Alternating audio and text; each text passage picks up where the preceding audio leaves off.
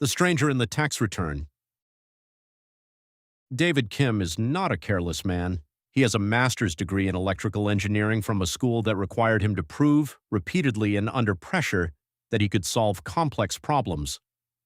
He has spent 30 years designing systems where a single miscalculation can cause a cascade of failures. He checks his work. He documents his assumptions. He does not proceed without understanding what he's proceeding into. He has also, without fully realizing it, been misunderstanding his own financial situation for 14 years. Not because his advisor gave him bad advice, not because he ignored warning signs, because the question he has been asking, "Am I growing my wealth?" turns out to be a different question from the one he should have been asking, and nobody told him the game was going to change. The tax return David filed at 58 looked on its face like success. His W-2 showed $340,000 in income, the highest year of his career. His 401k contributions were maxed. His investments had performed well. He paid what he owed. He moved on. What he did not notice, what his advisor did not point out because it was not within the scope of portfolio management, was that this was almost certainly the last year his tax situation would be this legible. The last year where income meant salary, and the implications of that salary were more or less predictable. The last year before the complexity arrived. David had spent 30 years thinking of his 401k as savings. It was something else. A 401k is not a savings account. It is a deferred tax arrangement. Every dollar that went in pre-tax represented a kind of credit extended by the government. You didn't pay taxes on that income in the year you earned it, with the understanding that you would pay later. At 35, later was an abstraction. At 58, with $2.1 million in tax-deferred accounts, later has a specific address. Every dollar that comes out is taxed as ordinary income, not at the lower rates that apply to long-term investments held outside a retirement account. Ordinary income, the same rate as a salary, applied to money that David has always mentally categorized as already his. The government thinks of it differently. David thinks of the account as $2.1 million. What he actually has is $2.1 million with a lien on it, the size of the lien determined by decisions he hasn't made yet, in tax years he hasn't reached yet, under rules that will be shaped in part by choices about sequencing and timing that nobody has ever explained he needs to think about. He does not think about it this way. Almost no one does until they have to. For some people, the realization arrives in the first year of retirement, when the tax return comes back and the numbers don't look the way they expected. They have less income than they did when they were working. Somehow they are paying more in taxes. For others, it arrives when mandatory withdrawals begin.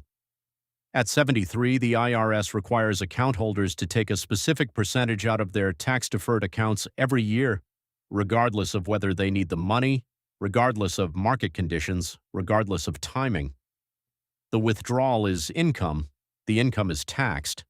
The schedule belongs to the government, not to the retiree. And sometimes, this is the version that lands hardest. It arrives when a spouse dies. A couple filing jointly uses a tax structure that, in practice, divides income across two returns, wider brackets, higher deductions. When one spouse dies, the survivor files alone. The same income, the same Social Security, the same account withdrawals, generates a noticeably higher bill. Not because the rules changed, because the person did. Margaret Holloway, whom we will meet in a later chapter, discovered this in the April following her husband Frank's death. She had been prepared, by grief counselors, by estate attorneys, by kind friends, for many of the things that would change. No one had prepared her for the tax return. Back to David. At 58, he still has time. His income is high, but it is knowable. His tax-deferred balances are large, but the mandatory withdrawal clock has not yet started. He has roughly 15 years before the government begins setting his withdrawal schedule for him.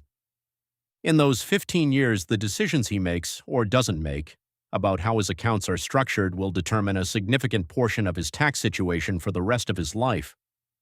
He is not making those decisions, not because he is irresponsible, because no one has explained they exist.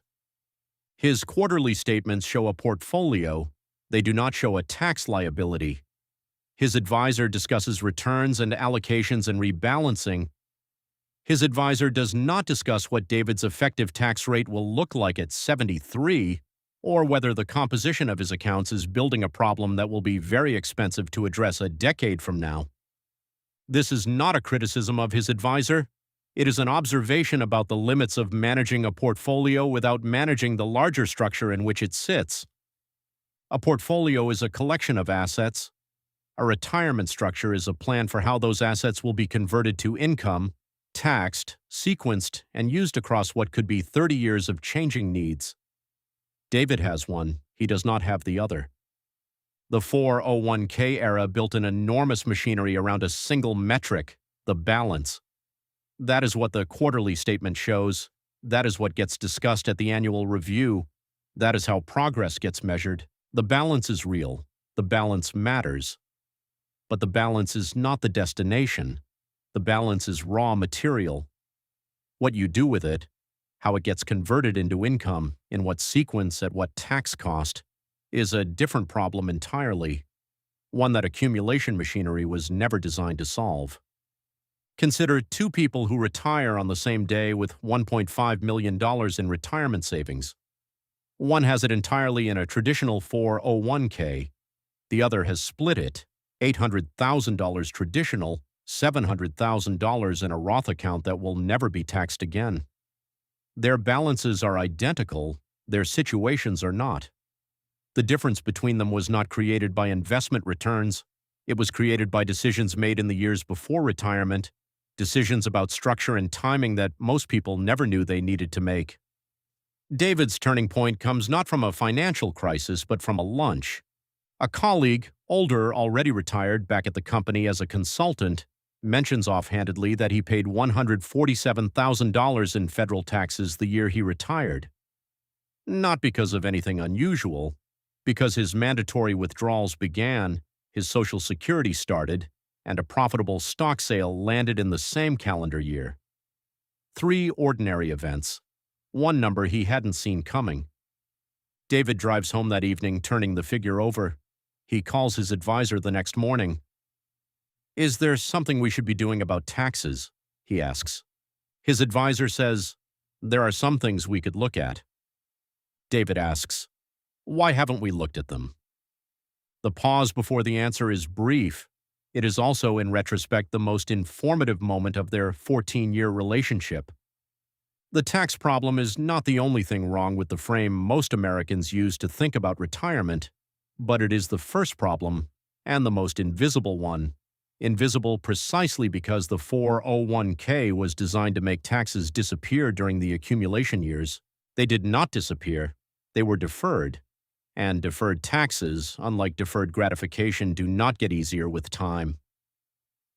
David is 58. The window to restructure is open. Not forever, but now.